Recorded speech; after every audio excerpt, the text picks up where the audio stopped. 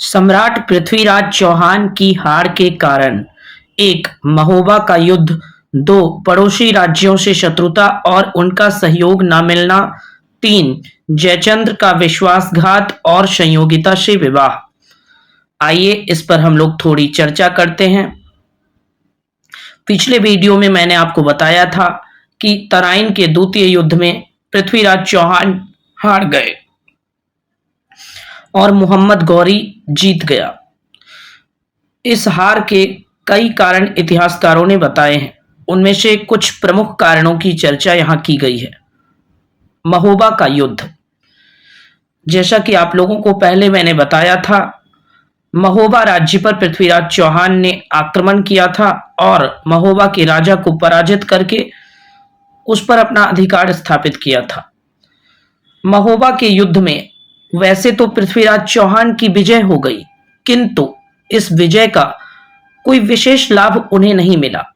कारण ये था कि महोबा के राजा ने युद्ध हारने के बाद पृथ्वीराज की अधीनता तो स्वीकार कर ली, किंतु उन्होंने कन्नौज के राजा जयचंद्र गढ़वाल के साथ एक संधि कर ली।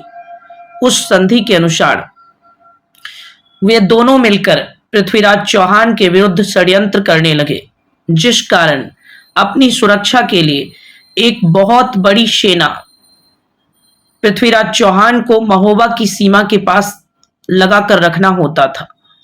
इससे उनको आर्थिक लाभ होने के स्थान पर आर्थिक हानि होने लगी और उनकी सेना का एक बड़ा भाग महोबा की सीमा पर रहने लगा। इससे उनकी व्यक्तिगत राजकीय सुरक्षा में कमी आ गई। इसलिए महोबा के युद्ध को उनकी हार का एक कारण माना जाता है। दूसरा कारण, पड़ोसी राज्यों से शत्रुता और उनका सहयोग न मिलना। जब गौरी ने आक्रमण किया था पहली बार, तो पृथ्वीराज चौहान ने उन्हें पराजित कर दिया था, किंतु गौरी के दूसरे आक्रमण के समय स्थिति भिन्न हो गई थी। पृथ्वीराज ने अपने राज्य की सीमा को बढ़ाने के लोभ में आसपास के सभी पड़ोसी राज्यों को अपना शत्रु बना लिया था। उन्होंने गुजरात के चालुक्य राजा भीमदेव से शत्रुता कर ली थी।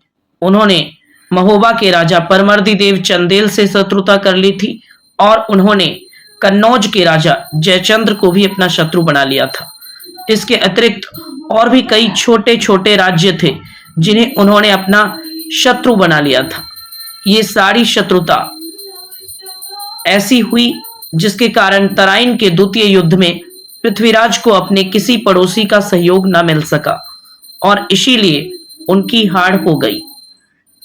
तीसरा कारण, जयचंद्र का विश्वासघात और संयोगिता से विवाह। जैसा कि आप सब जानते ही हैं, जयचंद्र की पुत्री संयोगिता से पृथ्वीराज चौहान ने प्रेम विवाह किया था। इससे जयचंद्र और क्रोधित हो गए थे और जयचंद्र ने चौहान के साथ विश्वासघात किया।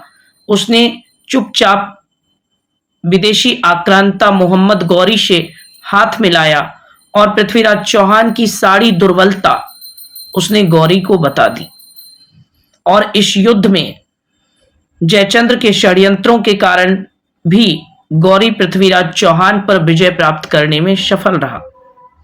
ये वो कारण थे जो तराइन के द्वितीय युद्ध में सम्राट पृथ्वीराज चौहान की हार के कारण बने और इस युद्ध के कारण महाराज पृथ्वीराज चौहान दुर्बल हुए और गौरी उन्हें बंदी बनाकर अपने साथ ले गया। पृथ्वीराज चौहान की मृत्यु कैसे हुई? पृथ्वीराज रासो चंद्रबरदाई ने लिखी थी। इस पुस्तक के अनुसार मोहम्मद गौरी पृथ्वीराज चौहान को बंदी बनाकर गजनी ले गया। उसने चौहान को तरह तरह की यातनाएं दी, उनकी आंख फोड़ दी, उन्हें बहुत समय तक कारागार में रखा। इसके बाद चंद्रबरदाई अपने मित्र पृथ्वीराज से मिलने गजनी गए। वहां चंद्रबरदाई ने गौरी को बताया कि पृथ्वीराज चौहान बिना देखे ही सही निशाने पर तीर लगा सकते हैं। गौरी ने अपनी सभा में इस कला के प्रदर्शन की अनुमति दी और तब चंद्रबरदाई द्वारा कही गई कविता का संकेत पाकर पृथ्वीराज चौहान ने अपने शब्दभेदी बाण द्वारा गौरी को मार गिराया। गौरी की मृत्यु के साथ ही चंद्रबरदाई और पृथ्वीराज चौहान दोनों ने एक दूसरे को कटार मारकर स्वयं अपनी हत्या कर ली। आइए हम लोग यहाँ थोड़ी चर्चा कर लेते हैं। पृथ्वीराज चौहान की मृत्यु कैसे हुई, इसके संदर्भ में पृथ्वीराज चौहान के जो दरबारी कवि थे, बचपन के मित्र थे, उनका नाम था चंद्रबरदाई। उन्होंने एक पुस्तक लिखी है जिसका नाम है पृथ्वीराज रासो। पृथ्वीराज रासो में एक घटना का जिक्र मिलता है, वर्णन मिलता है। पृथ्वीराज चौहान को हराने के बाद मोहम्मद गौरी उन्हें बंदी बनाकर गजनी ले गया और वहां जाने के पश्चात उसने पृथ्वीराज चौहान को कारागार में कैद कर लिया। वहां तरह तरह से पृथ्वीराज चौहान को कष्ट दिया गया, यातनाएं दी गई और गौरी ने उनकी पीड़ा को और बढ़ाने के लिए उनकी दोनों आंखें निकाल दी, आंखें फोड़ दी और उन्हें अंधा कर दिया। और फिर कुछ समय बाद चंद्रबरदाई पृथ्वीराज चौहान से मिलने गजनी गए। वहां गौरी के आदेश पर चंद्रबरदाई को पृथ्वीराज चौहान से एकांत में मिलने दिया गया। दोनों मित्रों के बीच बहुत तरह की बातें हुई। तब पृथ्वीराज चौहान ने कहा कि अभी हमारा युद्ध गौरी से समाप्त नहीं हुआ है, भले ही इस युद्ध में मैं मारा जाऊं, किंतु जब तक मैं जीवित हूं गौरी को मारने का प्रयास करता रहूंगा। उन्होंने अपनी गुप्त योजना चंद्रबरदाई को बताई, जिसके अनुसार चंद्रबरदाई मोहम्मद गौरी के पास आया और उसने गौरी को बताया कि अंधा होने के पश्चात भी महाराज पृथ्वीराज चौहान सही निशाने पर तीर लगा सकते हैं। गौरी को बड़ा आश्चर्य हुआ कि एक अंधा सटीक और सही निशाना कैसे लगा सकता है।